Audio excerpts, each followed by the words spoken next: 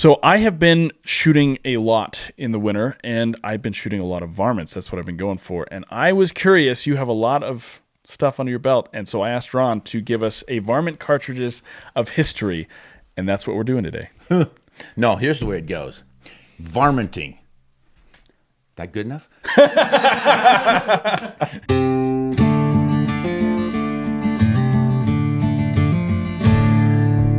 Today I have a varmint show up, and the varmint seems to have some questions about varmint cartridges. What is going on, Tate? So I've been a big game guide for most of my adult life, and during the big game season, I don't generally get to go out and hunt a whole lot. Yeah. And so what's left for me to do is go varmint hunting in the winter and spring.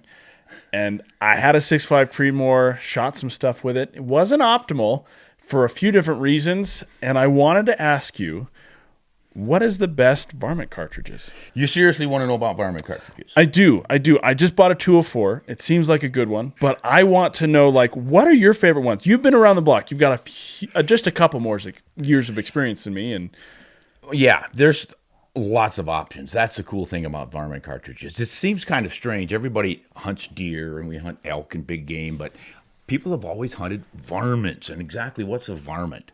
Kind of, it's like a mammalian weed. And it was especially prominent and a big deal back in first half of the 20th century. People were living on small farms, pioneers and stuff, and when you've got hand to mouth and there's a raccoon eating your chickens, a raccoon is a varmint. yeah. And if you've got your garden planted and your family is depending on the produce from that garden to survive the winter, and the woodchucks are in there eating all of your cabbages, you got a varmint. And then that extended to prairie dogs when they started settling ranch country. Ranchers want grass for their cattle, not for their prairie dogs, so they started shooting prairie dogs, and on it goes. So a lot of the rodents are varmints. But you mentioned skunk as another varmint. Who wants a skunk under the porch? Some Or people getting would into the consider a chickens. coyote a varmint. too. Yeah, you could go to coyotes too in it. So pretty much all of the smaller predators and any of the rodents and different troublesome animals. Not as much of a big deal these days because we're so urban anymore. Yeah. And even in the suburbs, people will have problems. Well, a lot of people would call a deer a varmint because they eat all their shrubbery and stuff in the yards and things, but you're not going to be out shooting those with these. So we are going to address the cartridges that are used for taking everything from the smallest little ground squirrels who are a problem up to coyotes, like you said. Yeah. We can throw jackrabbits in there in some places too. Yeah. So there's a long, strong history of this stuff developing roughly after smokeless powder came in. Prior to that, you couldn't have really small cartridges and bullets because your energy came from the weight of the bullet, not the velocity. But once the velocity kicked up, there was probably a good 1,000 feet per second average when they went to smokeless powder because there's more energy in that smokeless powder. And then they could get going. So one of the early ones in the 1880s was the Winchester Centerfire. It was a fairly small case and would drive a bullet, 1,000, 1,500 feet per second or something. Well, for then was pretty good from a tiny little bullet. And people had to get over the idea of needing a big bullet. It made it easier when you're shooting small things like a woodchuck that they would say, okay, we can try that. So I would say the first actual varmint bullet was the .22 long rifle. .22 short came out around 1850s or so. And the long rifle after that, and that's what a lot of homesteaders used to keep the skunks out of the chickens, that kind of thing. Well, after a while, people got to wondering if there was something a little faster and more effective than that, and that's when they really got going with that Winchester Centerfire .22, long obsolete, but that gave rise to the first real varmint cartridge, 1932, .22 Hornet. Watkins kind of came up with that formula, and Winchester grabbed it, modified a little bit, and made that. But they used that Winchester Centerfire as your base case, the parent case. And that thing will throw a 45-grain bullet about 2,200 feet per second, maybe 2,400 feet per second back in the 30s. But we've got it going about 2,600 feet per second now with that same bullet weight. It's a beloved cartridge. And what happened when that came out, people really started saying, we've got something hot now. The wildcatters continued, and they said, why do we have that long slopey neck on it, or shoulder on it? Let's push it forward. We get more powder capacity. They call that the K Hornet. A guy named Kilburn made that, a wildcatter. And that's much, much faster. I don't remember the velocities, but I think he added 200 feet per second to it. Wow. So that became a hot one. Don't know exactly when that started going mainstream, but it's never been a factory offering. But this one was, and this will blow you away. Look at the size difference. 3 years later, in 1935, Winchester says, how about the 220 Swift, boys? We're driving the bullet 4,140 feet per second. That's a jump. That is a massive leap. That's kind of like landing on the moon and saying a small leap for varmint hunters, a giant leap for shooters around the world. Talk about shooting deer. That one has been used to take not only deer, but elk, tigers in India. Yeah. I don't know if that's the one I want on a tiger hunt. You know, you name it, they've used it. But that's the 220 Swift, famous. Everybody knows at least the name. Oh, yeah. Yeah. It's not obsolete, but I don't know if anyone's chambering for it anymore because some of the modern ones we're going to get to here in a bit have taken over. But for a long time, that was the speed queen.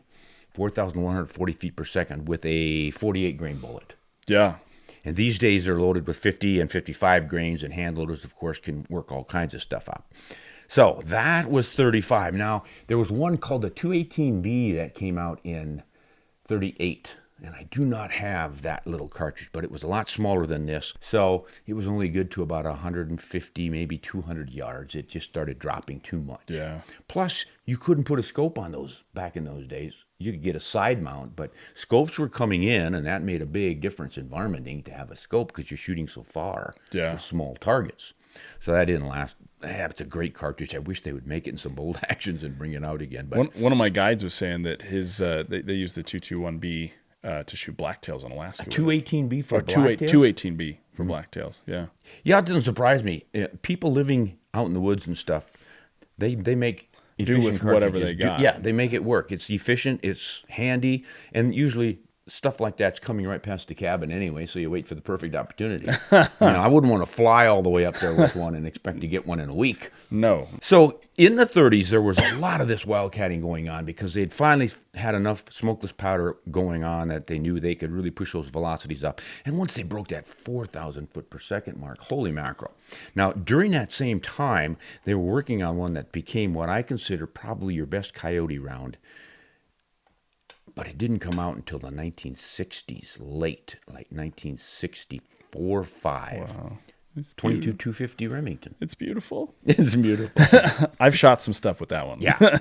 That was the 250 3000 Savage. Your first deer was taken with that.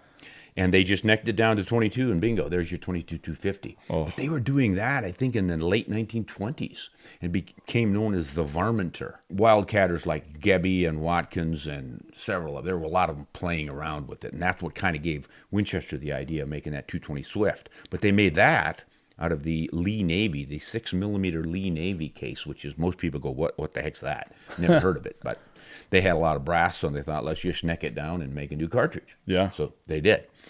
So that one obviously is the 1960s. What happened before that, though? This was a big one. Any idea what that guy is? That is a cartridge. Hey, bingo, we have a winner. You get the booby prize. That really set the world on fire. 222 Remington. The 222 Remington. That is the predecessor of the 223 Remington. Yes, yes. And that's kind of what it's these days most famous for. So 223 Remington, I think we have right here. Yes. As you can see, it's a little bit longer. Now, this was 1950. Guy from Remington did this. And once that came in, the 219 zippers, the 218s, all these older ones faded away really quickly because this exceeded their performance in a modern style straight-walled case.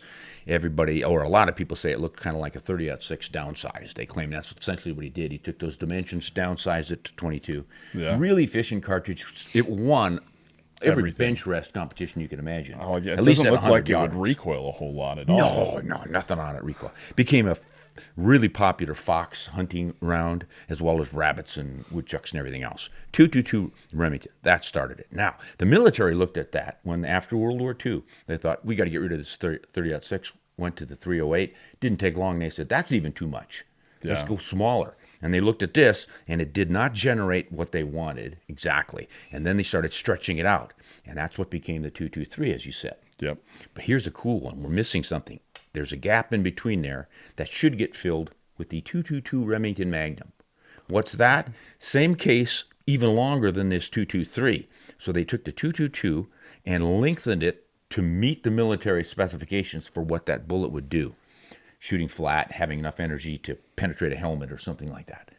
Well, they made the 222 Remington, and the military looked at it and said, not quite what we're looking for. So Remington said, well, let's just release it as a commercial cartridge. So they did. Yeah. And that became the new kind of a hot rod for people who didn't want the 22-250. Well, 22-250 was still a Wildcat. Yeah. So they went with the 222 Rem Mag. That was around 1958. I don't know how you remember all these dates. I don't either, because I can't even remember my wedding anniversary. Don't tell Betsy. So that we're missing that one. I never have come up with one. Used to see them back in the 70s when we were shooting. Different people had them, but it's real similar to the 223. They're so close. So then the 223 came as a modification of the 222 Remington. They just tweaked it a little bit. Yeah. So you're essentially getting the same stuff there. So that was big stuff. Then Remington comes out with the 22-250. And the time that they did that, they finally said, so popular after all these years, going clear back into the 1920s, and it was 1964 or 5, they finally said, let's make it a legitimate cartridge. Sammy specs, and they started loading it. Right at that time, Winchester said, the 220 Swift is losing popularity. Let's get rid of it. Well, what are we going to have instead? We'll make a new cartridge. That'll catch everybody's eye. Everybody wants new, right? So they made a 225 Winchester. What in the world is that? Yeah, I have never seen one. It's almost identical in performance to the 22-250 Remington. And Winchester came out with it in 64. I do not have one to show anybody, but it's pretty close to looking like this 22-250, but it has a rimmed case. So does the 220 Swift. They actually call the 220 Swift a semi-rimmed because it's a fairly narrow rim, but it is rimmed. And rimmed cartridges are just not all that popular or effective in bolt-action rifles with vertical stack magazines because the rim kind of gets in the way. So they were losing favor. Why Winchester went with that instead of the rimless, I don't know. But because they did, and because the 22-250 came out the next year by Remington, the 225 disappeared faster than it appeared. That's why you've never seen one, and I've never seen one. Winchester still loads it, still sells ammo. It's a heck of a cartridge, but it does pretty much the same thing that 250 does. So why mess around with it? Yeah. Crazy. So that takes us up into the 60s and then the 70s. That's when they started finally building dedicated varmint rifles. The heavy stocks, the heavy barrels, bull barrels, 26, 28-inch barrels. So you're not going to be dragging those around the woods, climbing mountains, hunting elk with it, but you're sitting up on a prairie dog town or on a big pasture in Pennsylvania looking calling for in coyotes or whatever. Woodchucks coming out the edges and all that kind of stuff. Nice and accurate and all that good stuff. Those became a big deal during the late 70s into the 80s. They were really a rage, and 90s. You go back and find Grandpa's bolt action, Remington, Savage, Winchester. They were all making these fat barrel things. Ruger, Browning even did them. So that was a big deal. Those were kind of the heydays. I would say the middle of the 20th century was like varmint paradise because there were so many rodents and things around. Well, listen, if you're thinking of all this fun varminting stuff, we probably need to address the 17s. Oh, yeah? Yes. All right. Now, where did the 17s come from? They were making Wildcat 17s a long time ago, and one of the really cool ones is this. Pretty big, right? 17 Remington, I know that. Got it. You got it. 17 Remington. That came out in 1971, and it was a 223 with the shoulder pushed back a little bit. You could say it was 222, but no, you'd have to push the shoulder forward first on that one, then neck it down. So they just took the 223, necked it down, pushed the shoulder back a little bit. 17 Remington. Oh my gosh, that thing is going close, 4,000 some feet per second. It's so fast. With a 17 grain or a 25 grain bullet's kind of the standard. But if you shoot it in the wind, it doesn't have a high BC with that tiny little bullet. My cousin shot one at coyotes for several years, and he just loved it. But after a while, he got tired of not being able to make those 300-plus yard shots. Yeah. But that's a little screamer. It's great for hide hunting because that tiny little bullet generally gets in there and stays in. It just goes to pieces inside and instant demise. Prairie dogs, you can save a lot of money if you're a hand loader because you don't use much powder and you don't have much bullet material. Yeah. It's pretty efficient. So that thing came out before some of the new 17s, like the 17 Fireball. I've not shot one. Rifle chambered in that. You're not going to shoot this one either because I don't have a rifle chamber for it. But that one is a bit of a more compromise. One of the problems with the 17 Remington was it was so much powder pushing that tiny little thing down a tiny little bore that you had to clean it a lot. Yeah. You get powder fouling in there, and it's a pain in the butt to clean those tiny little things. You break rods off if you're not careful. This one doesn't burn as much powder, so it's a little more user-friendly. So, but I've never shot one either. But the next thing I want to point out is another wildcat that became a late bloomer, shall we call it. That's the, any guesses? I have no idea. 17 Remington? Oh, the 17 Hornet. Yep. They took the Hornet and they pushed the shoulder back, necked her down, and made the 17 Hornet. Yeah, and that's pretty close to the 17, the Fireball, but not as much powder. So once again, you've got a tiny little bullet going pretty fast, but you don't have as much powder, so you don't have to clean as often. So a lot of guys like that one instead. But again, there you're fooling around with that rimmed case. I don't know if the rim's a really big problem, especially if you have a single shot. Then it works great. But it doesn't matter. Yeah, it doesn't matter at all. So, but that's one a lot of people look at. Now, for somebody who wants to save a lot of money, you just go to the rimfires. I love it. Yeah, you know, your 22 HMR. rimfire is still a viable cartridge, but you want to go a little faster, reach a little farther, 17 HMR. Oh. Man, that was a heck of a development. That thing, everybody went nuts when that came out. They do a number on Predators. I've shot quite really a few do. things with those. And they'll shoot pretty darn flat out to 125 yards. Yeah. If you've got a 2-inch target, you can pretty much keep your bullet in there from the muzzle to 125 yards. Crazy. Out of a rimfire. Yeah. 2,500, 550 feet per second, somewhere in that It's range. just a little fast. Yeah. Now, one I really like, but it's never really taken off, though, is an improvement on that. The Winchester WSM, Winchester Super Magnum 17. And if you notice, this thing is fatter than the HMR. So it's not a 22 long rifle neck down the way the 17 HMR is. It is a nail gun cartridge for construction work. Oh, and then they just chambered it in a cartridge. They just necked it down to 17 and had a whole new thing. And That's that thing's so cool. 3,000 feet per second with a heavier bullet, 25 grain bullet. This thing is close to the performance of the Hornet, of all things. And of course, it's a rimfire, so it's a lot less expensive. Which I like. But you're not going to be reloading it. I may have to get one of those. The problem is I look at all these cartridges. You I want want one one of of those, and I want one of those, and I want one of those. Okay, we're going to throw you a loop here. We're going to slide down the scale even farther and look at that thing. It's like a 17 short is what that looks like. Well, that's just essentially what it is. It's the 17 HMR version in a short. So they took, for the 17 HMR, of course, they used the 22 mag. They use the as a 22 long parent rifle case. for that? Yeah. And actually, it wasn't just a long rifle. It was the CCI Mini Mag, which the case is just a little bit longer than the standard 22, but they all fit. At any rate, they necked that thing, called it the Mach 2, and that thing goes 2,000 feet per second. Wow.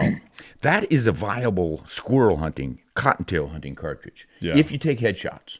Yeah. I tried it, and if you take a body shot, it's too explosive. It just blows But up if you on everything. keep it in the head, you get rid of the head, so it's half cleaned already, and you can reach out a little further. And that one's good to 100 yards flat, all the way out to 100 yards. Pretty sweet That's stuff. impressive for such a tiny little thing. Oh, talk about efficient. I'll bet you there's not 4 grains of powder in that thing. Wow. I've been referencing the 22 Win Mag, and I never put it up there, so let's just get it up there for scale. I've shot some rock chucks with a Have you? 22 Mag. That was real popular. That came out around 1958, and that was a big deal because guys were always clamoring for a 22 that was faster. Well, the only way you can get them faster is to put more powder behind it. So you're going around 1,900 to 2,000 feet per second with one of those. But that just, you can see when you put it up against that Hornet HMR, pretty cool to neck that down and get more velocity with that lighter bullet. Oh, yeah. And it's crazy how that tiny little 17 grain bullet can be so deadly when it gets there. Oh, I've seen some horrific things on animals that I've shot with a 17 caliber. It really does a number on them. Yeah, sure does. Now, let me look. We missed one category here that's pretty cool. You mentioned it at the start. The 204. The 204 Ruger. Now, let's make a little room here. It's becoming my because baby, that one right there. I can believe it. I used it one season on coyotes and bobcats and crows and all sorts of stuff, and I was pretty impressed. But I think it's everything you need is right there for the smaller stuff. I think the 204 is my compromise between the 223 and the 17s. Yeah. I like shooting the 17s. I just don't like maintaining them. Yeah. They're hard to clean. Yeah, they're not that hard to clean, but it's just a little thing. I don't know. When you break a rod inside, it's a pain in the butt. Yeah, that's a pain in the butt. But you don't have to do that if you're sensible and judicious, but I did. Either one of those things. But then, when I want to get serious about the bigger varmints, coyotes especially, it's 22-250 Remington time. Yeah. Because the 223, that'll push your 55 grain bullet about, 3,300 feet per second? Oh, yeah. You're doing 3,650, maybe 3,700 feet per second with the 22-250. There's that one right there. Oh, you're looking ahead already, aren't you? 22-250 Ackley improved. Yep. Now, that is one wildcat that was never legitimized. That's so sad. Yeah, it sure should have been. Because, as you see, traditional Ackley stuff is P.O. Ackley, a gunsmith and a wildcatter and a gun maker and everything else, and a great experimenter. He said, let's going to Ackley-ize a cartridge means you shove that shoulder to 40 degrees. You don't push it farther up like they do on the 223 from the 222, but you flatten it to 40 degrees instead of 20 or 30 or whatever else is out there, and that gives you maximum powder. You also straighten out the walls. If you look at the two, you can see on this 22-250 you've got quite a bit of taper in the walls. You don't really need that. So he minimizes the taper, 40-degree shoulder, keeps the head space exactly the same. That means you can shoot 22-250 in a chamber for the 22-250 Ackley improved. There you've got your brass. You fireform your brass just by shooting regular 22-250. One of my guides had a 22-250 Ackley improved. He's building it and he's rechambering it into a 22 Creedmoor right now. Getting a new barrel, I should say. But funny you should say that. Because the 22-2 Creedmoor is essentially the 22-250 Ackley with a 30-degree shoulder. It's the same thing. You look at it, if you didn't know what you're talking about. Yeah, they are so close. And the ballistic performance is about identical, too. You might get as much as 25 to maybe 50 feet per second difference between the two. And I can't even remember which one's faster, but it hardly matters. The real upside of the 22 Creedmoor is usually you buy a stock rifle and it already comes with everything you need to stabilize heavy bullets. Yeah, they were designed for the long high BC bullets, and we're talking as much as 90 grains on a bullet. That's a lot. Crazy in a 22. Cal. I have been shooting my 22-50 Ackley with 75 grain Burger bullets and doing really well. I've never gone any heavier than that. I could. I have a 1-in-8 twist.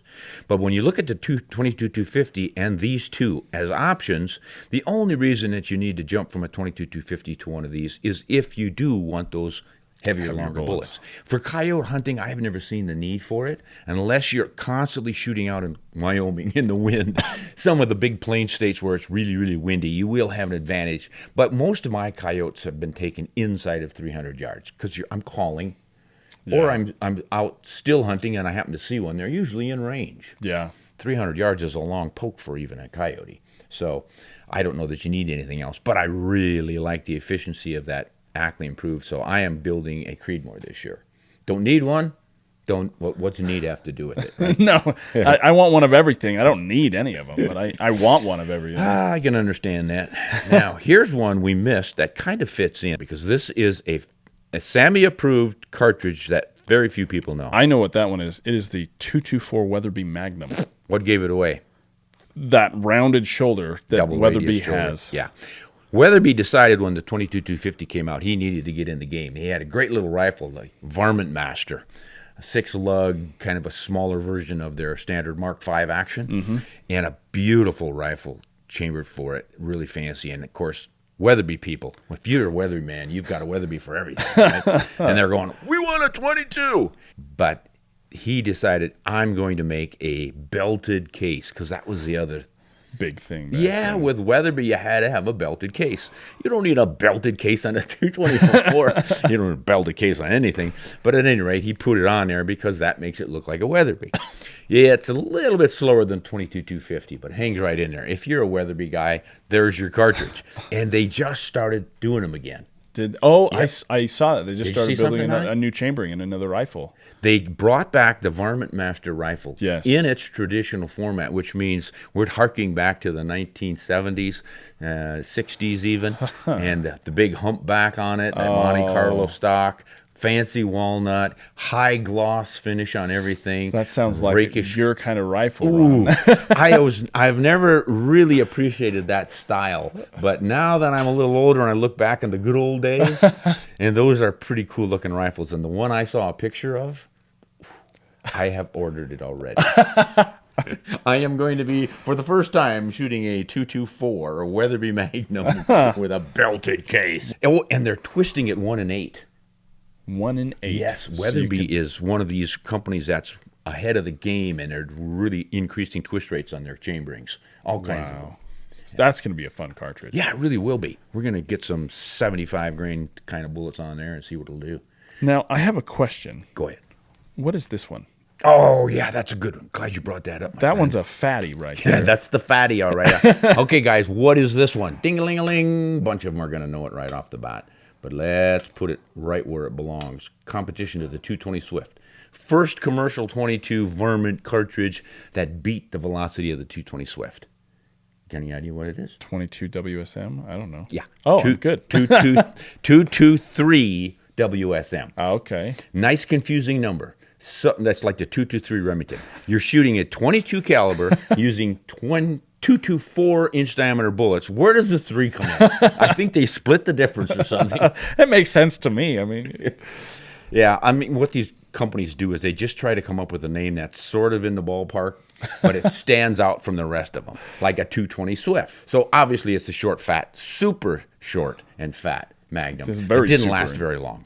I don't know if you can still get them chambered. Obviously, you could get one chambered by your gunsmith. Yeah. Like any Wildcat, even though it's not a Wildcat. And they still sell some ammo. I used one of these in a 24, the 243 version of it, and took a dull sheep up in the Chugach range. that's cool. I don't know for a fact, but I suspect because it was kind of the first year it came out, that I'm the first person to shoot a dull sheep with a 243 WSSM. And to this day, given their unpopularity, I might be the only one. But it worked just fine. Okay, pick one of those remainers up there. What are those? That one is the 224 Valkyrie and the 22 Nosler. Yeah. Those are funny little cartridges. Yeah, I've never shot a 224 Valkyrie. They popped up fairly recently. An idea there is AR-15s Yeah. increasing performance over the 223s. So let's grab our 223, set it beside there, and see if it's the same length. See, what they're trying to do is stay within the length of the magazines for your 223s and your AR-15s, but get a little more horsepower by going to a fatter cartridge.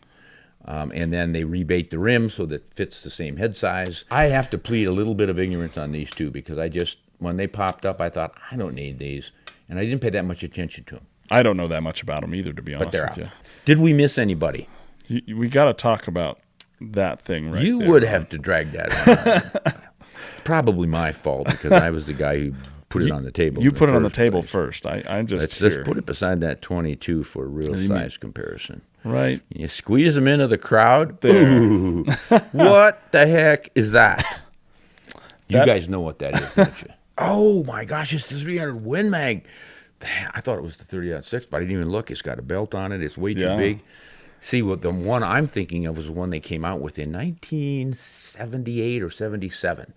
Remington's Accelerator. They took a 30-06 and they put a sabot around a 22 bullet, 50 and 55 grain, I think, and stuffed the sabot inside. So when the bullet is launched by all that powder, it's spun down the rifling because of the sabot.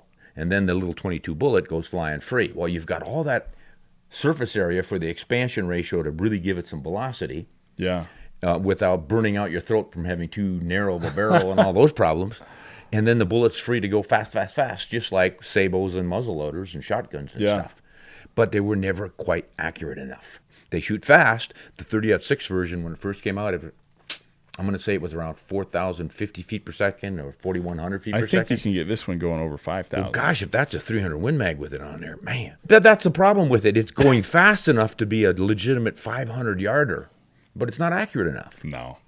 Now, if somebody out there has one of these and they've got it to shoot accurately, we'd love to hear about it. Yeah, we'd love to. Because as accurately as you can shoot with a Sabo slug muzzle loader, Yeah. I would think you could get some accuracy out of these things. I don't know. Maybe I it's wonder just what you'd too have much to do. velocity. Yeah, maybe it's just going too fast. I don't know. Maybe they need to go to a little bit heavier bullet in it too. Yeah. If you have the twist rate in your barrel, you could try that. This is why wildcatting continues. See, the problem with me is part of me wants to buy one of these Wildcats just so I'm the only one in camp. Oh, yeah. With that cartridge. Yeah. I think that drives a lot of people because that's the way I was when I was younger.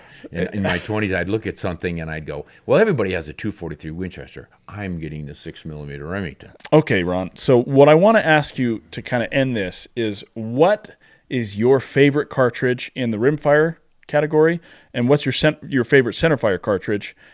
And then also, what's the most sensible pick in the rimfire as well as centerfire? So you want my illogical pick and then a sensible pick? Yes, exactly. Yeah, I get it. Okay, in the rimfire.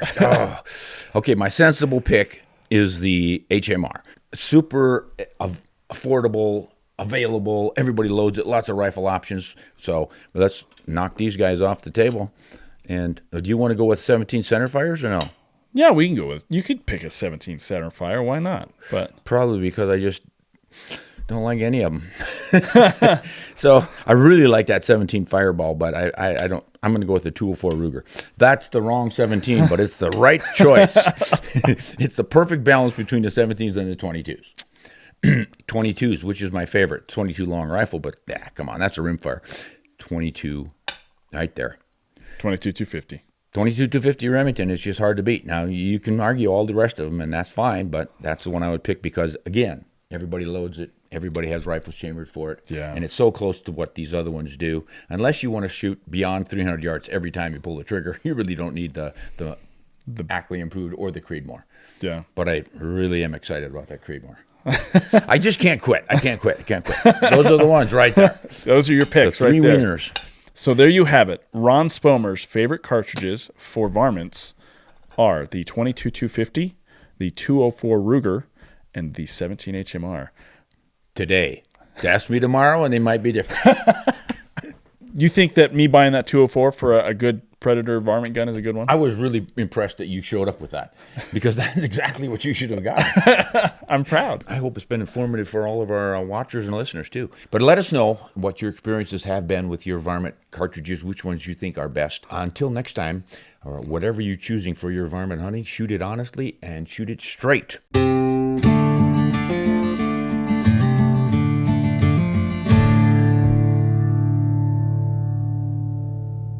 Do you want me to do the intro? No way. Okay.